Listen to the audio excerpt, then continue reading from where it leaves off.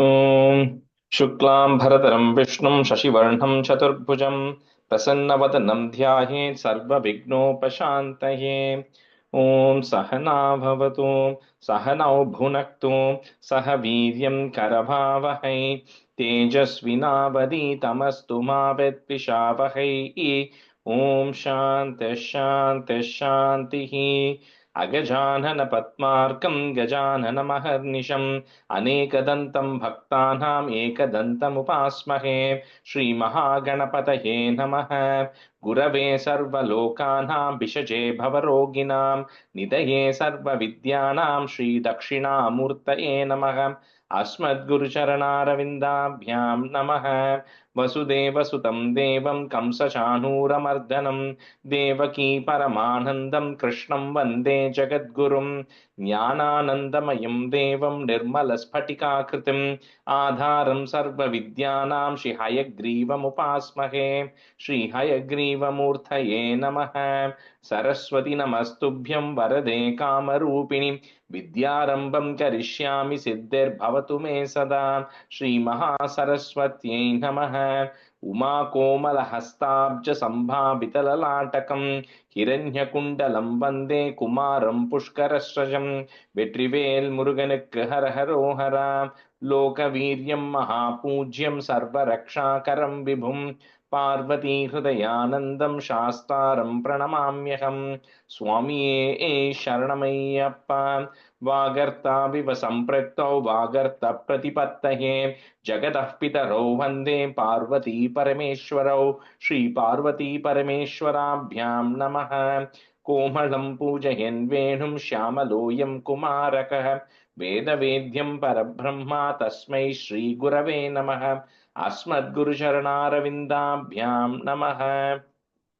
श्रीकृष्ण गोविन्द हरे मुरारे श्रीनाथ नारायण वासुदेव। श्रीकृष्ण गोविन्द हरे मुरारे श्रीनाथ नारायण वासुदेव। श्रीकृष्ण गोविन्द हरे मुरारे श्रीनाथ नारायण वासुदेव। पीताम्बरं करविराजितचक्रशङ्खकौमोदकी सरसिजं करुणासमुद्रं राधासहायम् अतिसुन्दरमन्दहासं वातालयेशम् अनिशं हृदि भावयामि। कृष्णो रक्षतु मां चराचरगुरुः कृष्णं नमस्ये सदा। कृष्णेनैव सुरक्षितोऽहमसकृते कृष्णाय दत्तं मनः। कृष्णादेव समुद्भवो मम विभो कृष्णस्य दासोऽस्म्यहम्। कृष्णे भक्तिरचञ्चलास्तु भगवन्। हे कृष्ण तुभ्यं नमः। श्रीगुरुवायूरप्पा शरणं नम्राणां सन्निधत्ते सततमपि पुरस्तैरणभ्यर्थितानपि आर्तान् कामानजस्रं वितरति परमानन्दसान्द्रां गतिं च।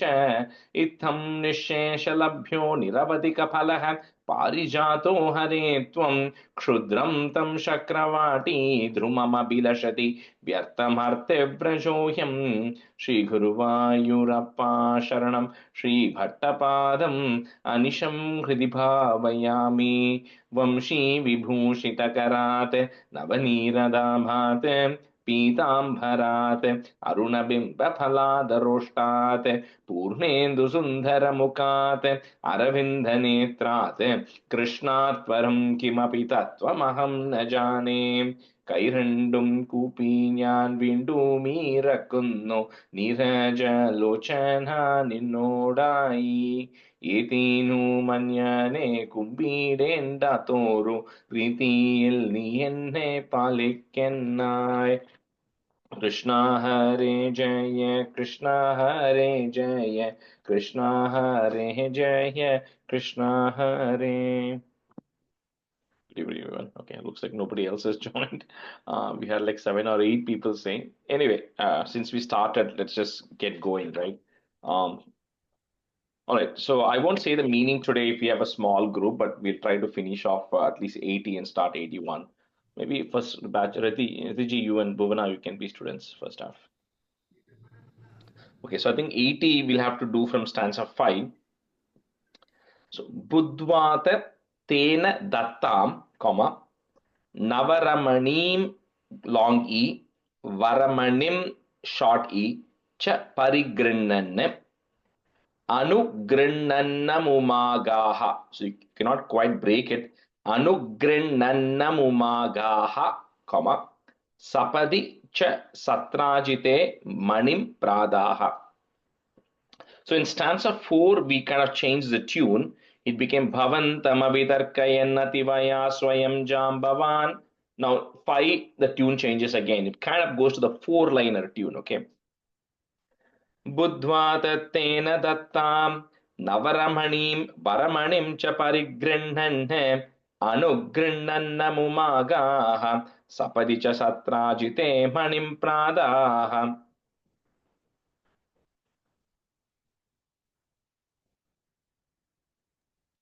Buddhva tattena dattam. Rajesh, that is Navaramanim or Navaramanim? Navaramanim, but you can say, yeah, it's Navaramanim. Okay. Buddhva tattena dattam Navaramanim Varamanim cha parigrihnanna anugrihnnamumagaha sapadi cha satrajite manim pradaha. Buddhvatha tena dattam Navaramanim Varamanim cha parigrihnanna anugrihnnamumagaha sapadi cha satrajite manim pradaha. बुद्ध्वाथ तेन दत्तां नवरमणीं वरमणीं च परिगृह्णन् अनुगृह्णन्नमुमागाः सपदि च सत्राजिते मणिं प्रात् बुद्ध्वाथ तेन दत्तां नवरमणीं वरमणीं च परिगृह्णन् अनुगृह्णन्नमुमागाः सपदि च सत्राजिते मणिं प्रादाः Tadanu sa khalu vrila lolo, comma, bilola bilochanam, comma, duhitaramaho dhiman, comma, bhamam giraiva pararpitam, adita manina tubhyam, comma, labhyam sametya bhavanapi, comma, pramudita manas tasyai vadan manim gahanashayah. Tadanu sakhalu vrihlalolo vilola vilochanam duhitaramaho dhiman bhamam giraiva pararpitam adita manina tubhyam labhyam sametya bhavanapi pramudita manastasyai vadan manim gahanashayah. Tadanu sakhalu vrilalolo vilola vilochanam duhitaramaho dhiman bhamam giraiva pararpitam aditamanina tubhyam labhyam sametya bhavanapi pramuditamanastasya vadan manim gahanasayah. Tadanu sakhalu vrilalolo vilola vilochanam duhitaramaho dhiman bhamam giraiva pararpitam aditamanina tubhyam labhyam sametya bhavanapi pramuditamanastasya vadan manim gahanasayah. तदनु सकलु व्रीलालो विलोल विलोचनां दुहितरमहो धीमान् भामां गिरैव परार्पिताम् अदितमणिना तुभ्यं लभ्यं समेत्य भवानपि प्रमुदितमनस्तस्यै वादान्मणिं गहनाशयः तदनु सकलु व्रीलालोलो विलोल विलोचनां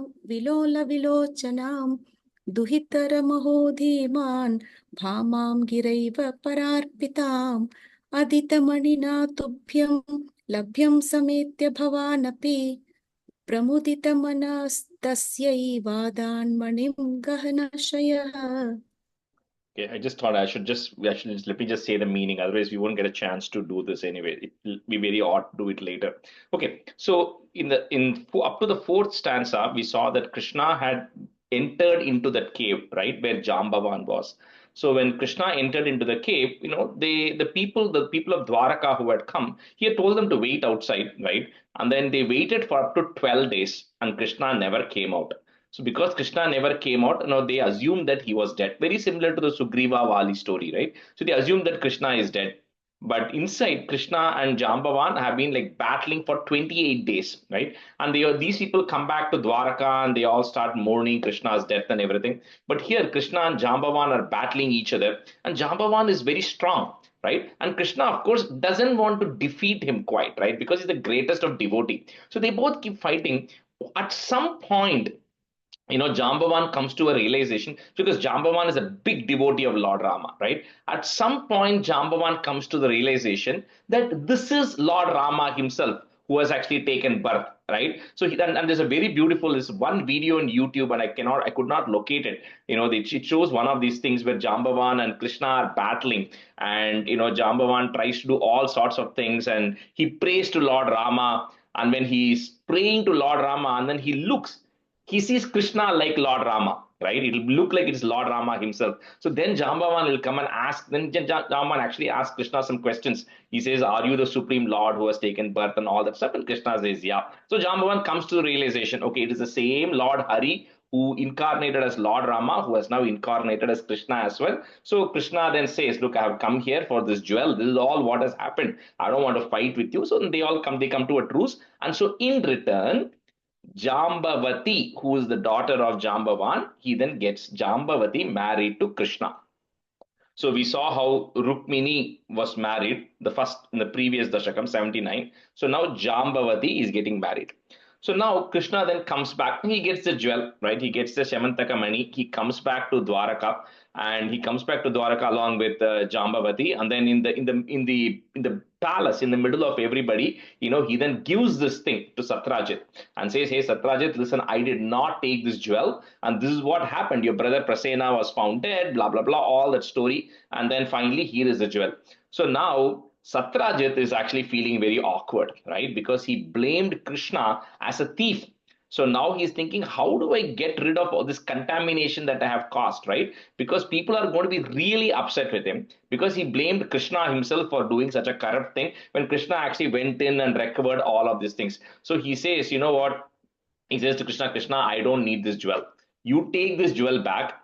And in fact, my daughter, right? My daughter also, you take her back, right? So that is Satyabhama. So Satrajit's daughter is Satyabhama. So he says, you also take Satyabhama in marriage, because that is the only way I can actually repent for what I have actually done. So here Bhattaripad says, when Satrajit gives the jewel, Krishna gives it back to him, saying, I don't need the jewel, because Krishna really wanted Satyabhama, right? So that, like we said, some more things are going to happen, because Satyabhama was originally planned to be given to somebody else, but she and Krishna liked each other. So Krishna was really wanting to get Satyabhama's hand. Anyway, that's what happened. Satrajit himself comes and offers Satyabhama in marriage to Krishna.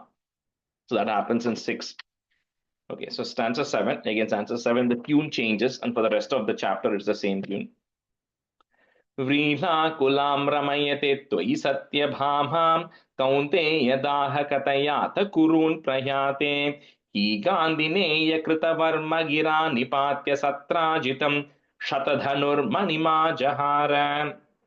Now, so when Krishna, Satyabhama get married and they settle down, right? Everything is going fine. So now, from now on, like I said, a lot of the Mahabharata stories start getting intertwined, right? So the Laksha Graham, where the Pandavas get burnt or the palace gets burnt, that news reaches Krishna. Now, Krishna knows nothing has happened to the Pandavas, but then he can't tell that, right, without going there. So he can't disclose it. So Krishna, Satyabhama, Krishna and Balarama, they all leave to go see what happened to the Pandavas, because they come to hear that the palace has been burnt. So when Krishna and Balarama leave, there is this gang of people, like I said, Akrura, the exact Akrura who came in Dashakam 73 to bring Krishna over to Mathura, who had that experience of seeing Narayana in the water, that same Akrura, along with Shatadhanva, another person, and Kritavarma, 3 people. So they 3, were teaming up, because originally the Satyabhama was to be given in marriage to Kritavarma.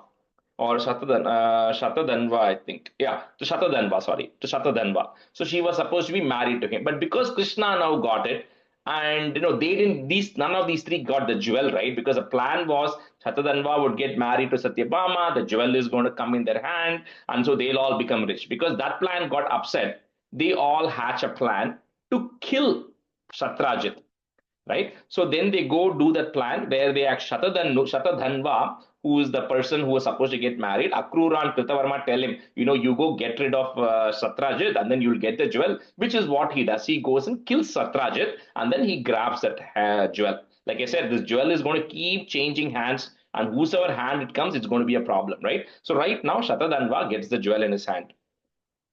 So, Vrila Kulam Ramayati Tvai Satyabhamam, Kaunteya Daha Katayata Kurun Prayate, He Gandhineya, which is referring to Akrura, He Gandhineya Kritavarma Gira Nipatya, put a plus, Satrajitam, Shatadhanur Manimajahara. So end of that line, Nipatya, you put a plus and then put a comma after Satrajitam.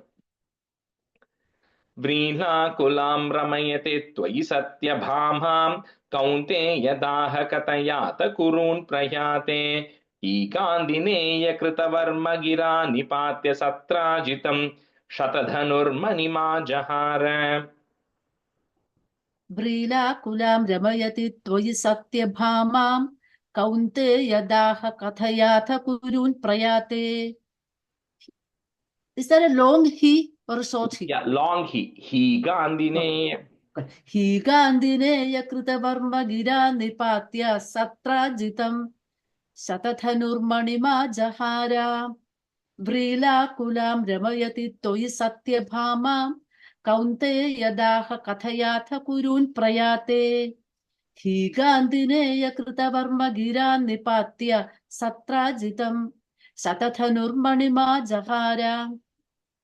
व्रीलाकुलां रमयति त्वयि सत्यभामां कौन्तेयदाह कथयाथ कुरून् प्रयाते हि गान्धिनेय कृतवर्म गिरा निपात्य सत्राजितं शतधनुर्मणिमा जहार व्रीलाकुलां रमयति त्वयि सत्यभामां कौन्तेयदाह कथयाथ कुरून् प्रयाते हि गान्धिनेय कृतवर्म गिरा निपात्य सत्राजितं शतधनुर्मणिमा जहार. That's it. Shokat kurunupagatam avalokya kantam hatva drutam shatadhanum samaharshayastam ratne sashanka iva maiti lage hametya ramo gadam samasi shikshata dhartarashtram. So Krishna and Balarama are in Hastinapura right now, or trying to look for what happened to the Pandavas. And here Shatadhanva has gone and killed Satrajit and gotten this jewel out. So because Satrajit is dead, now Satyabhama, Satyabhama's father, so she gets very upset because her father has been killed by somebody, right? And so what she does is she somehow tries to like mummify her father, but then she actually goes looking for Krishna. She goes to Hastinapura where Krishna is, and then she brings back Krishna, saying that, you know what, my father has been killed by all these people. So when Krishna and Balarama come, they all come to know that Shatadhanva is the person who has actually killed. So they go looking for Shatadhanva. So the Shatadhanva has the jewel with him right now, right? So he first goes to Kritavarma and says, Kritavarma, you keep the jewel. I don't need this Semantaka money anymore. Kritavarma says, no chance. I am not keeping it, because if I keep it, Krishna and Balarama are going to come for me. Then he goes to Akrura and says, Akrura, you please keep the jewel. Akrura gets tempted. So he says, okay, I'll keep the jewel as long as nobody else knows I have it. Right? So he says, okay. So he gives the jewel to Akrura, and Shatadhanva now is there. So Krishna and Balarama chase Shatadhanva. They go catch him, but they don't find the jewel. So there is, in Bhagavatam, it talks about like a little bit of a misunderstanding which happens between Krishna and Balarama on this particular topic. Balarama feels that something else has happened, but it's not relevant. It is not there in Narayaneeyam, but it's there in Bhagavatam, and because of which Balarama leaves. So this is when he goes and teaches Duryodhana the Gada, how to fight, right? Because Balarama is Duryodhana's guru. when it comes to Gada. That's what it says here. Sama Shishikshata Dharta Rashtram. You go to the place where Duryodhana is. Balarama leaves Dwaraka, angry, and then he makes Duryodhana his disciple, and then Duryodhana learns Gada from Balarama at this point. So, Shokat Kurun Upagatam Avalokya. You can break it into three parts there. Kurun Upagatam Avalokya Kantam, Hatva Drutam Shatadhanum Samaharshayastam Ratne Sashanka Iva Maitila Geha Metya. He goes to Mithila. The Balarama goes to Mithila, where he teaches Duryodhana this. Ramo Gadam Sama Shishikshata Dharta Rashtram. Shokat Kurunupagatam Avalokya Kantam Hatva Drutam Shatadhanum Samaharshayastam Ratne Sashanka Iva Maiti Lageha Metya Ramo Gadam Samasishikshata Dharta Rashtram. Sokat kurun upagatam avalokya kantam hatva drutam satadhanum samaharshayastam ratne sasanga iva maithila gehametya ramo gadam samasishikshata dhartarashtram. Sokat kurun upagatam avalokya kantam hatva drutam satadhanum samaharshayastam ratne sasanga iva maithila gehametya Ramo Gadam Samasishikshata Dhartarashtram. Rajesh, in the last line, is it Sama Shishikshita? Shishi, right? Rendashi. Rendishi, but Ksha coming later. Shishikshata. Okay. Shishikshita. Shishikshata. Oh, Kshata. Inga Kshitanu potrukku. Okay, and the Ksha, just a Ksha, no Only Kshi there. Ksha. First rendu Shi varudhu. Shishikshata. Okay. Here in this, in the book, Giri Trader book, it's Kshita. Shikshita தான் போட்டிருக்கு. Okay, so you just change it to, two Shis and one Ksha. Okay. Shokat kuru nupagatam avalokya kantam hatva dhrutam shatadhanum samaharshayastam ratne sashanka iva maithila gehametya ramo gadam samashishikshata dhartarashtram. Shokat kuru nupagatam avalokya kantam hatva dhrutam shatadhanum samaharshayastam Ratne sashanka iva maithila gehametya ramo gadam samashishikshata dhartarashtram. So in the 22nd chapter and even 24th chapter in Prahlada Charitamritam, this exact word comes. Shikshata, it will come. That just means to teach really well, right? So that anyway, that comes on the same word comes there. Rajesh, when Shishikshata, then is it Dhartarashtram or Tadartha Rashtra? Dharta Rashtra. Thanks. Yes, Dhritarashtra. Right. So his son is Dhartarashtra. So Dhartarashtram means to the son of Dhritarashtra. This is referring to Duryodhana. Thank you. That's a 9. Akrura esha bhagavan bhavadichayaiva satrajita kucharitasya yuyoja himsam akrurato manimanahtavan punastvam tasyaiva bhutim upadhatumiti bhuvanti. So like we said, this thing keeps moving, right? So Akrura, now who has the jewel in his hand? Nobody knows Akrura has the jewel. Of course, Krishna knows, but that is not relevant because Krishna doesn't show that. So Akrura has this jewel. So he's beginning to panic, right? So he thinks, how can I not get killed? Because if somebody comes to know I have the jewel, then they're going to kill me and take the jewel away from me, right? That is always the problem with this thing. So what he does is, he starts performing lots of yajnas. Because there is an unspoken rule that when somebody is performing an yajna, you don't kill that person. Because he's actually doing some big sacrifice, right? So you don't kill that person, right? So what he does is he starts performing non-stop yajnas. And because nobody will actually kill him because of this thing. And so he continues to have it. He has it for a really long time, right? So here, Bhattacharya also says, Krishna, although you knew Akrura had the jewel, you decided not to take it from him because at least this way he's going to come back to sense, right? He continues to perform all these yajna. He realizes what a hassle it is to have this jewel. So you really want him to realize it. So you also don't take it from him. So Akrura Esha Bhagavan Bhavadichayaiva, comma, Satrajitah, put ih to join, Satrajitah Kucharitasya Yuyoja Himsam Akrurato Manim Anahritavan. If you want to break at that Manim Anahritavan Punastvam, comma, Tasyaiva Bhutim Upadhatumiti Bruvanti, short e.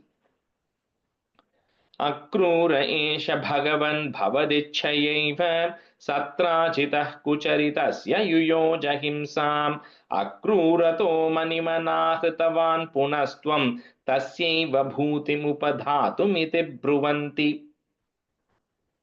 Akrura एष भगवन् भवदिच्छयैव सत्राजितः कुचरितस्य युयोज हिंसाम् अक्रूरतो मणिमना हृतवान् पुनस्त्वं तस्यैव भूतिमुपधातुमिति ब्रुवन्ति. अक्रूर एष भगवन् भवदिच्छयैव सत्राजितः कुचरितस्य युयोज हिंसाम् अक्रूरतो मणिमना हृतवान् पुनस्त्वं तस्यैव भूतिमुपधातुमिति ब्रुवन्ति.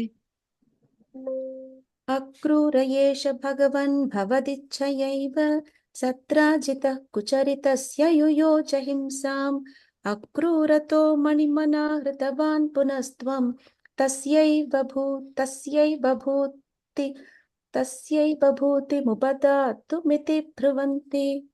अक्रूर एष भगवन् भवदिच्छयैव सत्राजितः कुचरितस्य युयोज हिंसाम् अक्रूरतो मणिमना हृतवान् पुनस्त्वं तस्यैव भूतिमुपधातुमिति ब्रुवन्ति. भक्तस्त्वयि स्थिरतरः सहि गान्धिनेयः तस्यैव कापतमतिः कथमीश जाता विज्ञानवान् प्रशमवान् अहमित्युदीर्णं गर्वं ध्रुवं शमयितुं भवता कृतैव. So here Bhattacharya is questioning, why is Akrura, who was such a great devotee of yours, right, who has been wanting to see Krishna in Dasakam 73, like we spoke about, he then comes, meets Krishna, has that wonderful experience, is one of a very close confidant of Krishna. Why is he resorting to such things? Why is he going to a point where he's an accomplice for a murder and then trying to retain this jewel, right? Why is he doing all these things? So he doesn't have the answer, but he's guessing. He's saying that somehow Akrura had a lot of pride of self-knowledge, right? Of the knowledge that he had, right? Prashamavan, how he's very self-controlled and he has a lot of knowledge. He became very proud, and because of that, he was very bloated with pride. So it is probably to cure him of that pride and bring him to normalcy, Krishna, that you are having all these things happening to him, because he'll eventually come to the realization in the next stanza, right? Because of having this, he thought he was a great person and self-control. So it is to prove that don't be bloated, that he's having to undergo all this. Bhaktas tvayi stirataraha, put a is stirataras, sahi gandhineyah, put a visarga and comma, end of that line. Next line, is will go away. Tasyaiva kapata matihi, put a ih, matih, katamisha jata, vijnanavan prashamavan, you can break at that na, prashamavan ahamityudhirnam, put a plus, garvam dhruvam shamayitum, comma, bhavata kritaiva. So the third line is continuous, and then after shamayitum there is a comma. Bhaktastvai stiratara sahi gandhineyah tasyaiva kapatamate katamisha jata vijnanavan prashamavan ahamityudhirnam garvam dhruvam shamayitum bhavata kritaiva. भक्तस्त्वयि स्थिरतरः सखि गान्धिनेयः तस्यैव कापथमतिः कथमीश जाता विज्ञानवान् प्रशमवान् प्रशमवानहमित्युदीर्णं गर्वं ध्रुवं शमयितुं भवता कृतैव भक्तस्त्वयि स्थिरतरः सखि गान्धिनेयः तस्यैव का पथमतिः कथमीश जाता विज्ञानवान् प्रशमवानहमित्युदीर्णं गर्वं ध्रुवं शमयितुं भवता कृतैव भक्तस्त्वयि स्थिरतरः स हि गान्धिनेयः तस्यैव कामपथमतिः कथमीश जाता विज्ञानवान् प्रशमवानहमित्युदीर्णं गर्वं ध्रुवं शमयितुं भवता कृतैव भक्तस्त्वयि स्थिरतरः स हि गान्धिनेयः तस्यैव कापथमतिः कथमीश जाता विज्ञानवान् प्रशमवानहमित्युदीर्णं गर्वं ध्रुवं शमयितुं भवता कृतैव Okay, we can just switch halfway. Malini, can you be a student or Nikki not available? You can be. இல்ல இல்ல I can chant. Okay. சொல்றேன். Okay. And Anita, you can be a student. Sure, sir. Stanza 11. यातं भयेन कृतवर्मयुतं पुनस्तमाहूय तद्विनिहितं च मणिं प्रकाश्य तत्रैव सुब्रतधरे विनिदाय तुष्यन् Bhama कुचान्तशयनः पवनेशपायाः. So because you know that Akrura and Kritavarma, this goes on for a while, right? So he conducts his yagya and finally he gets worried. Both of them run away. So this all this when because he runs away, Dwaraka starts having some problems. So Krishna realized that not having that jewel is causing problems in Dwaraka. So he then goes and tells Akrura. He calls him over and says, "I know you have the jewel. You can in fact keep the jewel." Right? But then make it public, make it official that you have the jewel so that people will not suspect me and there will not be other problems which will actually happen.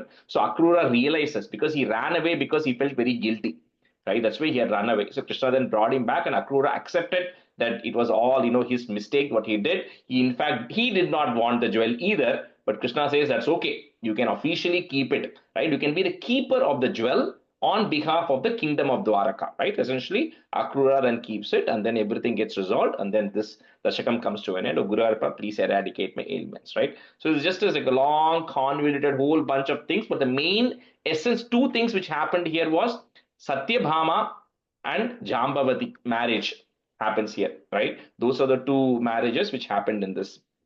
Of course, Rukmini was the first. All right, so Dashakam 81 is Narakasura Vada Varnanam. Stanza. Oh, sorry. Sir, Oh, we didn't even finish. Yes, Yeah. thanks. Okay. So Yatam Bhayena Krita Varma Yutam Punastam. So the next line Mahuya, you may have it. Just move the im to the previous line. Punastam and then put a plus. Ahuya. இல்ல வர்ம யுத்தம்க்கு அப்புறம் கமாவா? இல்ல and the first ரெண்டு line will come together. First two lines are going to be together. Okay, so Krita Varma Yutam Punastam, put a plus, Ahuya Tad Vinihitam Cha Manim Prakashya. So both of those lines are together. Tatraiva Subrata Dhare Vinidhaya Tushyan, comma, Bhama Kuchanta Shayanaha, put a F, Shayanah Pavanesha Payaha. So Krishna, the one who reclines on Satyabhama. So you're reclining on Satyabhama and resting. Oh, that Krishna, please eradicate all my ailments. இது totally டிஃப்ரெண்டா இருக்குங்க. பாமா குஷான் தரசயன் போட்டிருக்கு. Okay, let's change it. I think the meaning should be the same. Is resting on her chest. That's the meaning. Bama Kushan சொல்லுங்க அது. Bama Kuchanta Shayanaha. Okay, Shayanaha. And the Shayanaha becomes Shayanah. அவ்வளவுதான். Shayanah. நாவே இல்லை இங்க. அதனால. Okay. Shayanah. Shayanah Bhavanesha Bayaha. Okay. The Shayanam is to recline. That's something. Yatam bhayena kritavarmayutam punastamahuya tadvinihitam chamanim prakashya tatraiva subratadhare vinidhaya tushyan bhama kuchanta shayanah pavanesha payaha. Yatam bhayena kritavarmayutam punastamahuya आहूय तद्विनिहितं च मणिं प्रकाश्य तत्रैव सुव्रतधरे विनिधाय दुष्यन् पामाकुशान्तशयनः भवने सभायाः यातं भयेन कृतवर्मयुधं पुनस्त्वम् आहूय तद्विनिहितं च मणिं प्रकाश्य तत्रैव सुव्रतधरे विनिधाय दुष्यन् पामाकुचान्त शयनः भवने सपायाः यातं भयेन कृतवर्मयुतं पुनस्तं आहूय तत् विनिहितं च मणिं प्रकाश्य तत्रैव सुव्रतधरे विनिधाय दुष्यन् पामाकुचाञ्च शयनः पवने शपायाः यातं भयेन कृतवर्मयुतं पुनस्तं आहूय तत् विनिहितं च मणिं प्रकाश्य तत्रैव सुव्रतधरे विनिधाय दुष्यन् पामाकुचाञ्च शयनः पवने शपायाः पायाः. Krishna Parabrahmane Namaha. That completes 80. So 81 is Narakasura Vada Varnanam. So this is when, so Krishna has he has 16,008 wives, right? We all hear that. He's only married 3 of them so far. So the remaining 16,005 marriages are going to happen in this. Technically not a marriage, but we are loosely using that word. Anyway, that will happen in Dasakam 81. So stanza 1. Snigdham mugdham satatamapitam lalayan satyabhamam yato bhuyas sahakalutaya yajñaseni vivaham partha prityai punarapi mana gastito hasti puryam shakra prastam puramapi vibho sambidhaya gato bhuho.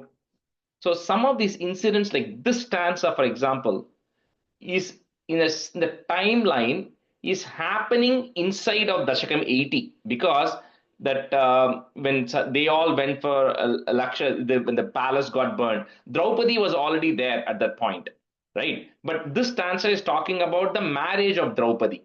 That is because everything related to Syamantaka is in Dashakams 80, but that happened over a long period of time. Okay, so we cannot literally expect 81 to be timeline wise after 80. A lot of things in 81 happened before Dashakam 80 got over. Okay, so just think of that timeline as we're talking through the stories. So anyway, so but after Satyabhama's marriage has happened, right? After that has happened, then Krishna, you and Satyabhama, the news spreads about Draupadi's marriage, right? So Draupadi is getting married to the Pandavas, and they all come back, and then they all go and ask for land initially, right? And then they initially give them a kingdom. Half of the kingdom is given, but the kingdom that is given is in a very barren land. That place was called as Khandava Prastha because it was surrounded by Khandava, a forest called Khandava. So that land was infertile land, right? Because it was filled with a lot of nagas and a lot of things. Nothing could be done. So then what Krishna and Arjuna do is they then burn that land off with the blessings of Agni, like with the forest fire, they burn that area because it's very infertile, so they cannot do anything in that place. So Indra gets very angry, and there's a battle that actually happens between Indra and Arjuna, which is when Arjuna gets the Gandiva bow to fight with Indra. So that they come to a truce. But because then that land is blessed by Indra, it's called Indraprastha, which then becomes the Pandavas' capital, right? So anyway, all of this is happening, right? So Krishna is going there helping Arjuna out. There's a battle that happens with Indra, then he goes, gets the Gandiva bow, fights, comes to a truce. Indra then helps him, right? And then they establish their kingdom initially, because then they go into the dice, battle, gambling, and all that stuff later. So they establish a small kingdom in the region of Indraprastha. So that's why it's called Shakra Prastham, because Shakra also means Indra. So Shakra Prastham means Indra Prastham. Snigdham Mugdham, comma, Satatamapi Tam Lalayan Satyabhamam, comma, Yato Bhuyaha, put is Bhuyas Saha Khalutaya, comma, Yajñaseni Vivaham. Yajñaseni referring to Draupadi. Snigdham Mugdham सततमपि तां लालयन् सत्यभामां यातो भूयः सह खलु तया याज्ञसेनी विवाहम्.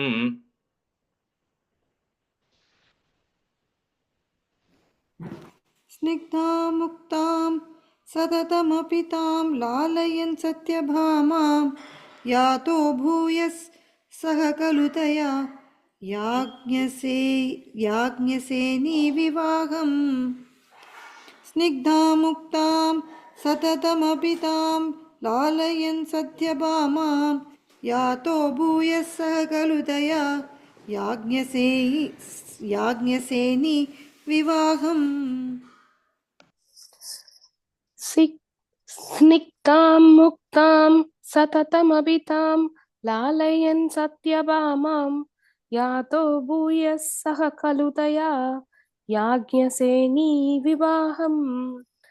स्निग्धां मुक्तां सततमभितां लालयन् सत्यभामां यातो भूयः सह खलु तया याज्ञसेनी विवाहम्.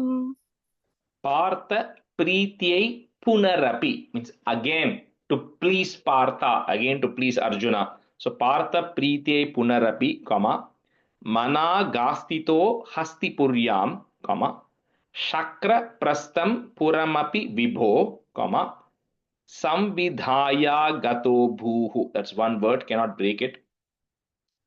पार्थ प्रीते पुनरपि मनागास्तितो हस्तिपुर्यां शक्रप्रस्थं पुरमपि विभो संविधायागतो भूः. पार्थप्रीत्यै पुनरपि मनागास्तितो हस्तिपुर्यां चक्रप्रस्थं पुरमपि विभो संविधायागतो भूः पार्थप्रीत्यै पुनरपि मनागास्तितो हस्तिपुर्यां चक्रप्रस्थं पुरमपि विभो संविधायागतो भूः.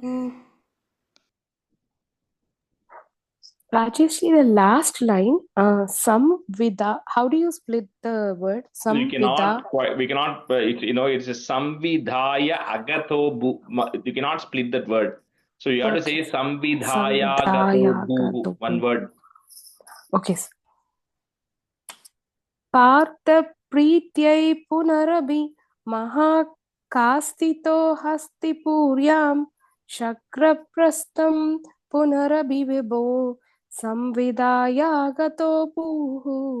The last line, middle word, Puramapi Vibho. Puramapi Vibho. Okay, sir. Partha Prityai Punarabi Manakastito Hastipuryam Shakraprastam Puramabi Vibho Samvidaya Gato Bhuhu. Stanza 2. Bhadram Bhadram Bhavada Varajam Kauravenartyamanam Twadvachatam Ahrita Kuhanamaskari Shakrasunuhu Tatra Kruddham Balamanunayan Pratyagastena Sardham Shakraprastam Priyasakhamude Satyabhama Sahayah. Like he said, each of these stanzas sometimes cover multiple years. Like this one, this particular stanza is covering like about 12 years, right? What it is after the marriage with Draupadi, the Pandavas, and I won't go too much into Mahabharatam because that will take us forever to complete it. But they had a rule that, only one person can be with Draupadi, and if the other person goes, then they have to go for a 12-year Vanavasam, right? So Arjuna once had to go because one villager had come for help, so he had to go to get his bow. But Duryodhana was with Draupadi, so he was on a 12-year journey. So he had to leave Indraprastha for 12 years. So at that journey, when he was doing, he went to many places at that time. At one point, he comes to Dwaraka.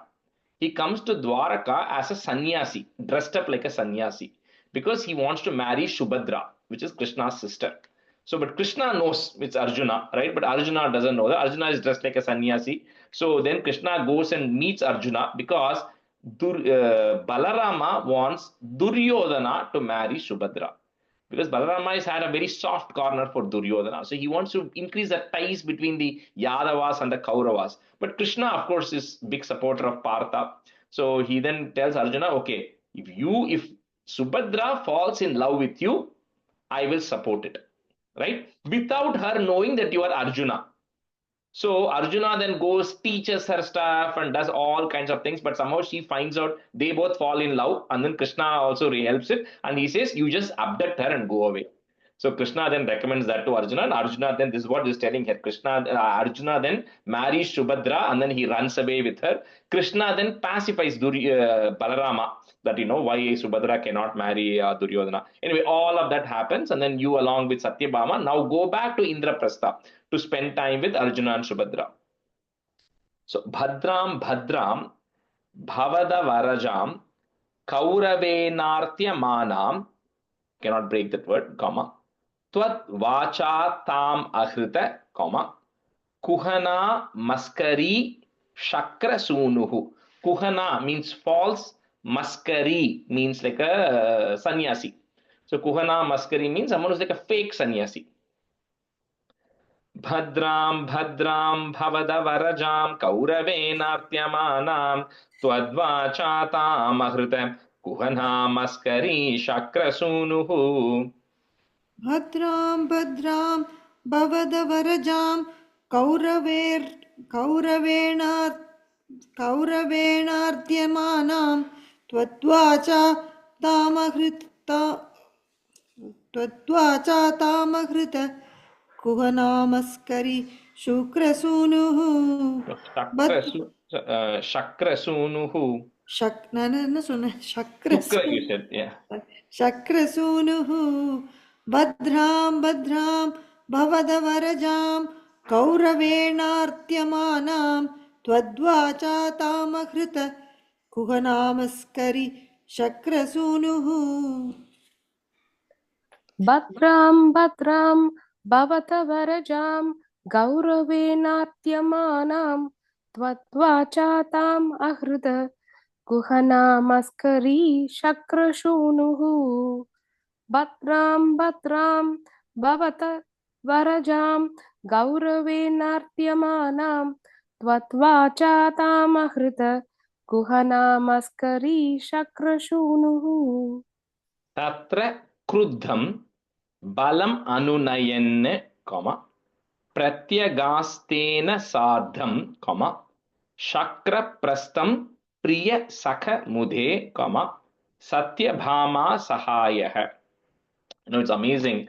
There are so many times where either Krishna will go to meet Arjuna or Arjuna will come to meet Krishna.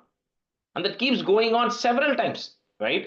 Just casually every stanza will be like, oh, Krishna, you went there to spend time with Arjuna. Later on, when we come to Dasakam 88, it will be like, oh, Arjuna came, he went, Arjuna again came. So they, again, because they're Narayanayana, right? So they're of course together all the time, right? So they meet pretty often, looks like they used to.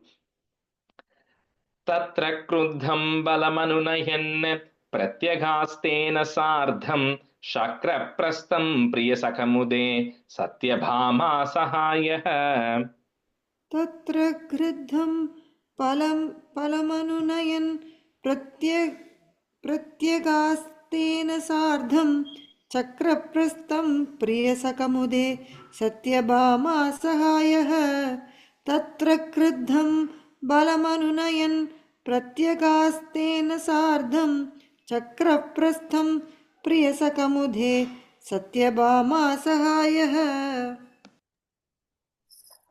Tatra Krutam Palamaya Anunayan Pratyakastena Sartram Chakra Prastam Priyasakamute Satyabhama Sahayah. Tatra Krutam Balam Anunayan Pratyakastena Sartam Chakra Prastam Priyasakamute Satyabhama Sahayah. Stanza 3.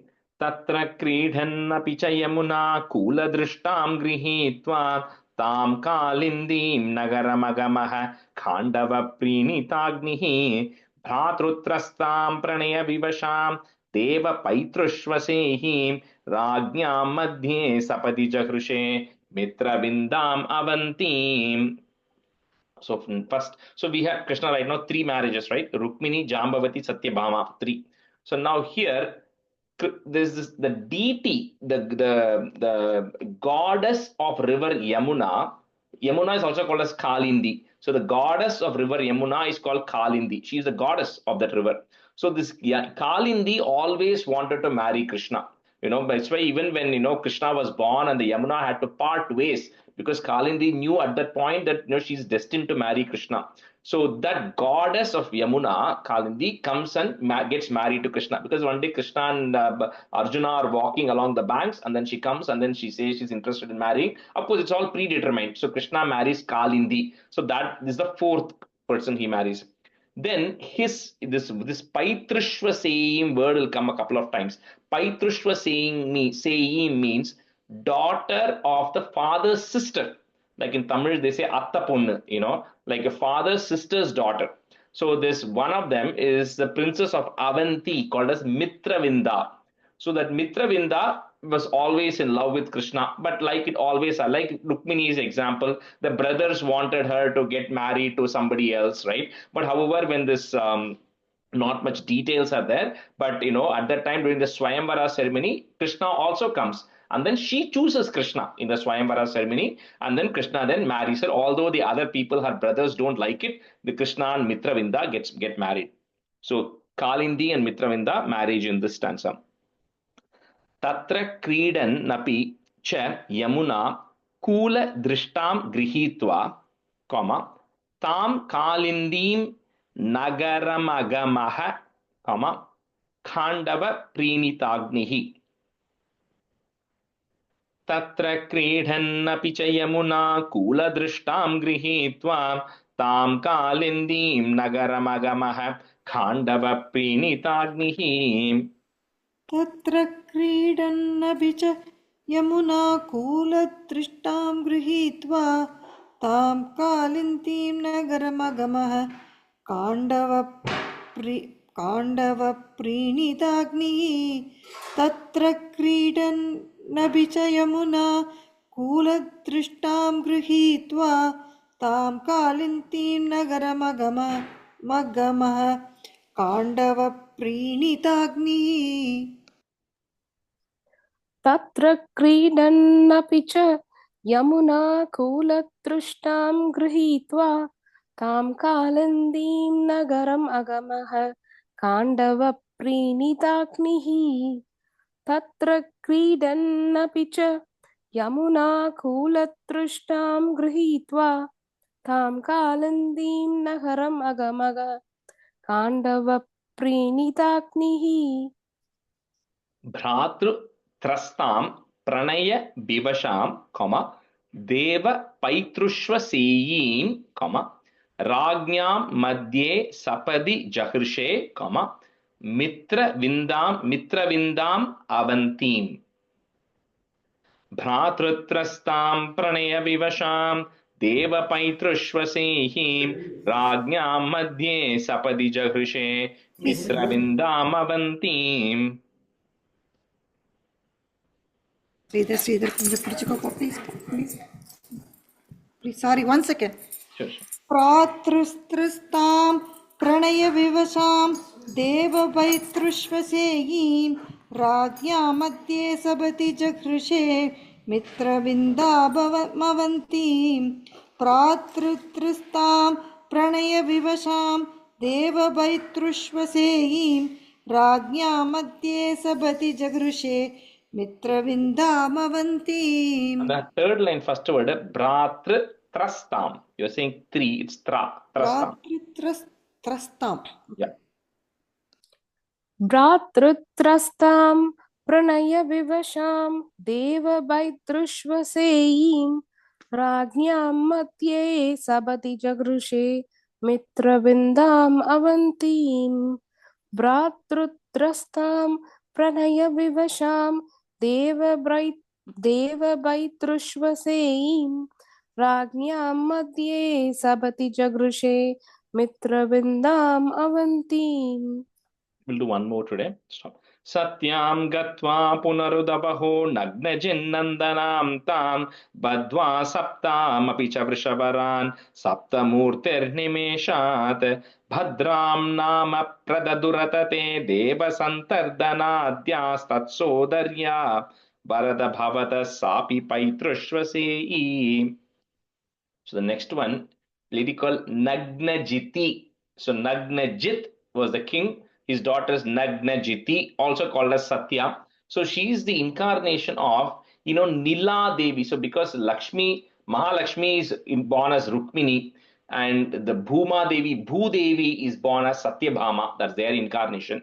And this Nila Devi is another third consort of Vishnu. She is born as this Nagnajiti, right? So this Nagnajiti, the Nagnajit, the king, had set up a what do you call a rule for the Swayamvaram, saying that there were 7 bulls. Saying whoever can combat the 7 bulls and come back alive, successful, can marry his daughter, right? So Krishna, of course, comes, and then Bhatripad says, Krishna, for you it is super easy. So, but you take 7 forms, and with each of the form, you defeat each of the bulls, and finally you get Nagnajiti in hand, right? You marry the Satya or Nagnajiti. Now, next one is another person called Bhadra. This Bhadra is again Paitrishvaseyi, means father's sister's daughter. So this Paitrishvaseyi, in that case, they had absolutely no issues. She had a Swayambara ceremony, and she wanted to marry Krishna. So it was very straightforward. So this Bhadra also gets married. So Rukmini, Jambavati, Satyabhama, 3. Then Kalindi, Mitravinda, 4, 5. And then here Nagnajiti and Bhadra, 7. So Satyam So, Gatva. Sorry, go sir, ahead. sorry, Rajesh. Hmm. So when you said Pai Shiva, Paitrishvaseyi. Paitrishva, she is Bhadra? No. Paitrishvaseyi means like Atta Ponnu. Okay, sir. Okay. But on the Okay. Bhadram, the third line, that is the name.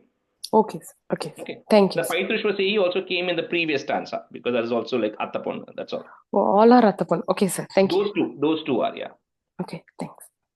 Satyam Gatva Punarudavaho Nagnajin Nandanam Tam, comma, Badva Saptapi Cha Vrishabaran, comma, Sapta Murtir Nimeshat. Satyam Gatva Punarudavaho Nagnajin Nandanam Tam Badva Saptapi Cha Vrishabaran Sapta Murtir Nimeshat. Only just one time. सत्यां गत्वा पुनरुतवहो निघ्नजिन्नन्दनां तां बद्ध्वा सप्ताभि च वृषवरान् सप्तमूर्तिर्निमेषात्. On the first line, Nagnajin. You said Nigna. Nagnajin. Oh, Nagnajin. Okay. Satyam Gatva Punarudavaho Nagnajin-nandanam Tam Batva Sapta Picha Vrishavaran Sabdamurtir-nimeshat. Bhadram Nama Pradadurata Te Deva Santardanadhya. Put a plus. And then the is, which is there in the next line, you can just move it to the third line. So Santardanadhyas Tatsodarya, comma. So the third line is together.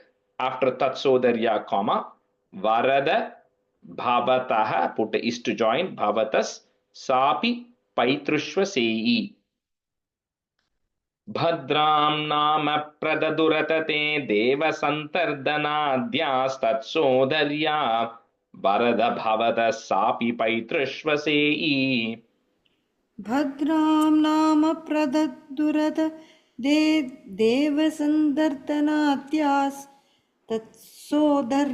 तत्सोदर्यां वरद भवतः साभि पैतृष्वसेयी.